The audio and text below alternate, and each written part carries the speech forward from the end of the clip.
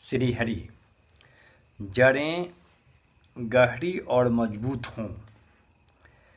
जिनकी जड़ें सड़ गई उन खोखले पेड़ों को आंधी का एक झोंका उखाड़ फेंकने के लिए पर्याप्त है।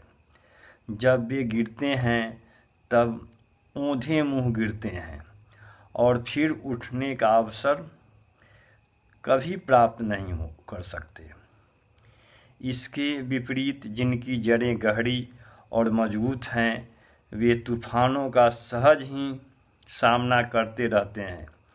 आंधी प्रचंड हो तो भी उनकी कुछ शाखाएं ही टूटती है, तना फिर भी प्रभावित ही रहता है। वह भी टूट जाए तो जड़ें फिर न अंकुर देती है और टूटे हुए वृक्ष जैसी ही एक नया वृक्ष चंद दिनों में फिर बनकर खड़ा हो जाता है। टूटा हुआ इतना यदि थोड़ा ही जुड़ा रहा तो उसमें भी नई डालियां लहलहाने लगती है। यह सारे चमत्कार मजबूत जड़ों के हैं। पेड़ की जिंदगी, सुरक्षा और प्रगति एवं शोभा उन्हीं पर निर्भर रहती है। मनुष्य की जड़ें उनकी मनोवृत्तियाँ हैं।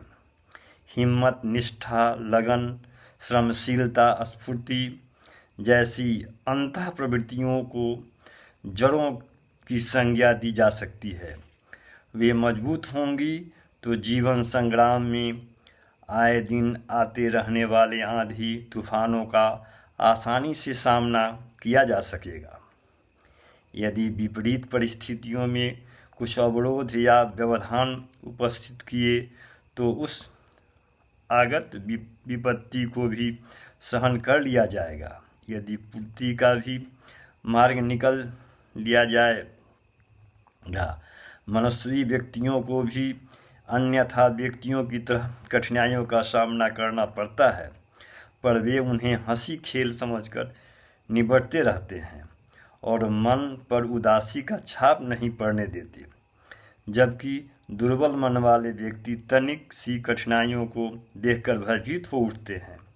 अगर विपत्ति से पूर्व मात्र आशंका ही उनके धैर्य को तोड़ देती है। शरीर से परिपुष्ट दिखने से ही कोई व्यक्ति अभिष्ट नहीं हो जाता। शक्तिवान वे हैं जिनमें मनोबल की अभिष्ट मात्रा मौजूद है। दुर्बल काया लेकर कर्म क्षेत्र में उतरे ऐसे महापुरुष की संख्या अनगिनत है, जिन्होंने अपने मनोबल के कारण अपने को ऊंचा उठाया और अगणित लोगों के भविष्य का निर्माण किया। गांधी जी जैसे दुर्बल काया किंतु मनोबल के धनी व्यक्ति कितने महत्वपूर्ण काम कर सकने में समर्थ हुए हैं। ऐसे उदाहरणों से इतिहास के पन्नों भरे पड़े हैं। अद्य शंकराचार्य जैसे भगंदर व्रण के रुग्ण व्यक्ति भी अपने छोटे से जीवन में चकित कर देने वाली सफलताएं प्राप्त करते रहे हैं।